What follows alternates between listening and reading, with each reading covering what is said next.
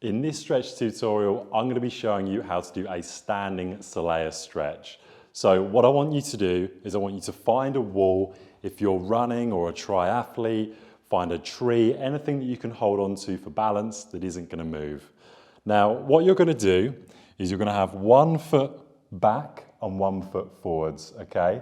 And in this example, you're going to keep your left leg. So I've got the foot that's forward here, my left leg completely straight.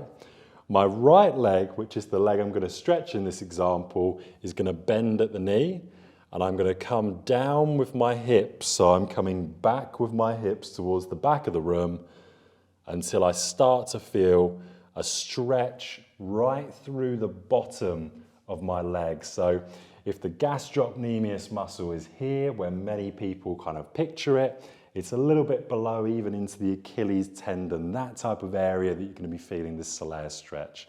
So let's run through it one more time. We find a wall or fixed object. 1 foot comes forward, that's the foot we're not going to be stretching. 1 foot comes back, which in this example is my right leg, the leg I'm going to be stretching. My forward leg stays completely straight at the knee.